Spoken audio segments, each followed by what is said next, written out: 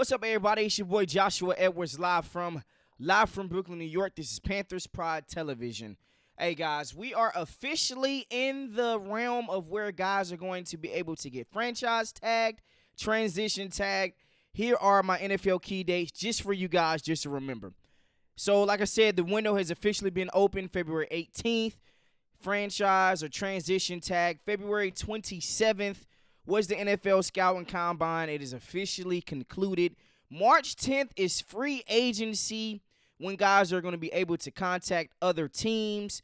You know that I've talked about Raheem Blackshear and a whole bunch of other restricted free agents or restricted free agents are now unrestricted free agents. April 21st is when offseason workouts begin.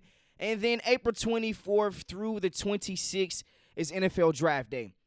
Now, Marcus Williams has been linked with the Carolina Panthers. We're talking about the safety for the Baltimore Ravens. Now, if you don't know, the Baltimore Ravens have a lot of holes at the secondary position.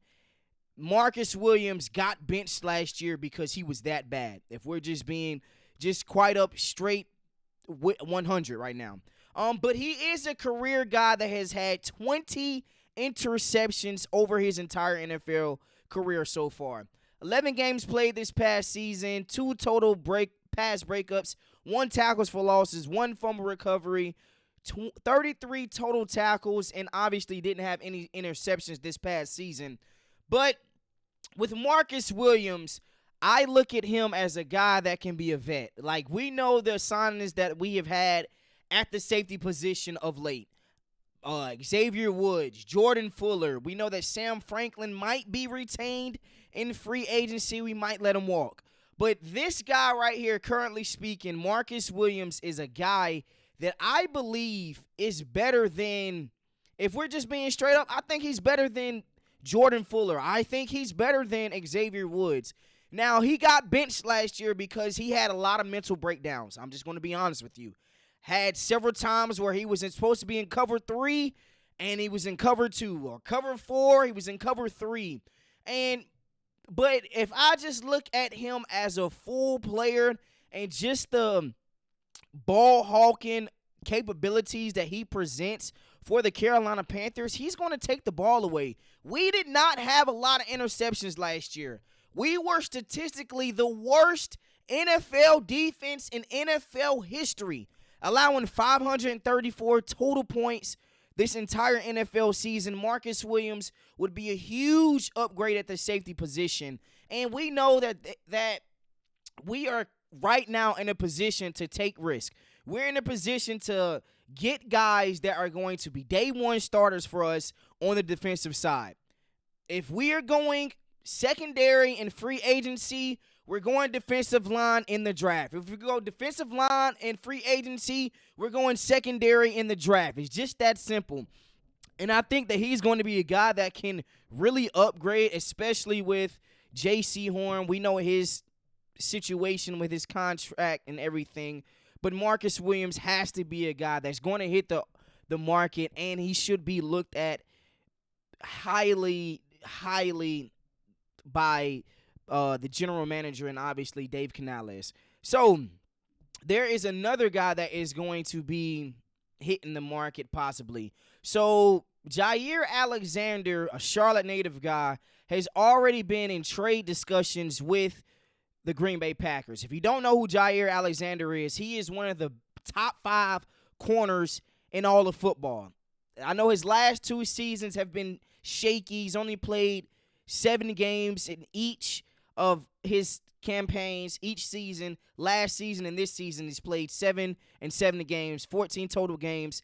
Had 1 touchdown this past season, 2 interceptions, 7 pass breakups, and 16 total tackles.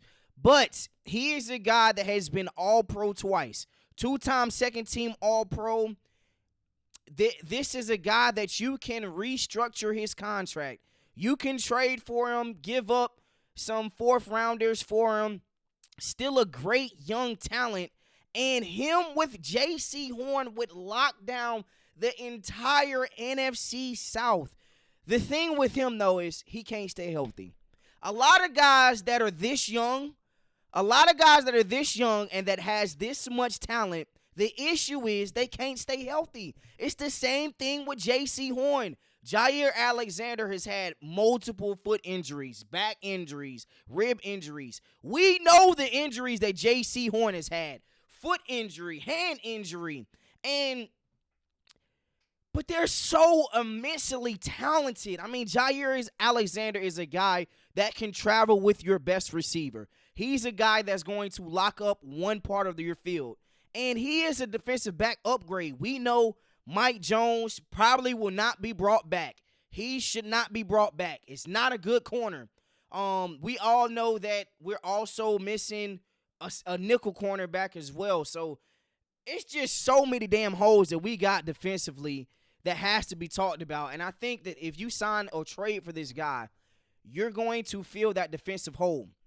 And like I said, his contract is very bad.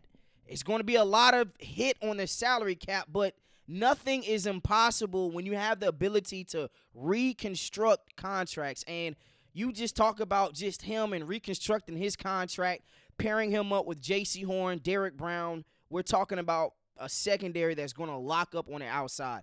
Just think of the Super Bowl. What was the best thing with the Philadelphia Eagles? They had a defensive line that could rush to you. They never blitzed, only rushed 4 guys, and they were able to get home, and then their back end was locking up.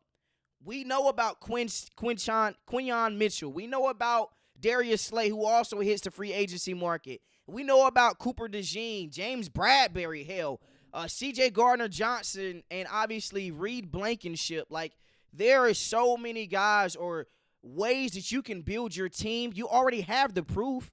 You already have the proof, man. The proof is in the pudding, man. So I think Jaire Alexander is a guy that we have to at least take a heavy look at and, talk to the Green Bay Packers, man. I'm pretty sure that we could definitely align something here in the next couple of weeks. Now, to cap it off, the thing that I like about the NFL Scouting Combine is it raises a lot of guys' draft stock. Nobody was talking about Matthew Golden before this draft. A lot of guys actually believed Isaiah Bond was the better receiver or even the more faster receiver coming out of Texas. But Matthew Golden is a guy that's probably going to be a late first round talent or definitely a high second round guy. I currently have him as a low first round, high second round grade. I mean, you look at his stats, man. 16 games played, over 61.7 yards per game, 58 receptions, 987 receiving yards, and 9 total touchdowns. And if you just think about the Texas Longhorns college football team, they were primed with 2 great receivers, Isaiah Bond, Matthew Golden. And then they had a running game. I mean, this is a guy that's not far or afraid of the moment. He made some great big plays in the college football playoffs. He's a guy that's going to cause separation. He knows how to get open. And if you just think about the things that we need currently on the offensive side, we don't have a guy that can burn up the secondary. 4.2 9-speed. If you're Dan Morgan, you have to find a way to trade these 4 fourth-rounders. I understand that we have a lot of draft capital, but let's use it, man. Let's go out here. Let's trade. Let's mortgage some of these fourth rounders, and let's make a move to the first round. Let's make a move to the second round again. I think this is where you're going to get your team built at. Matthew Golden, he is a golden star, man. Him, Isaiah Bond are 2 guys currently speaking that I think need to have just a little more say in the receiver rookie class, man. So just look forward to that. And once again, man, Panthers Pride, we are out. Hey, I will be dropping my mock draft 2 within the next coming days. So make sure that you are staying tuned as well.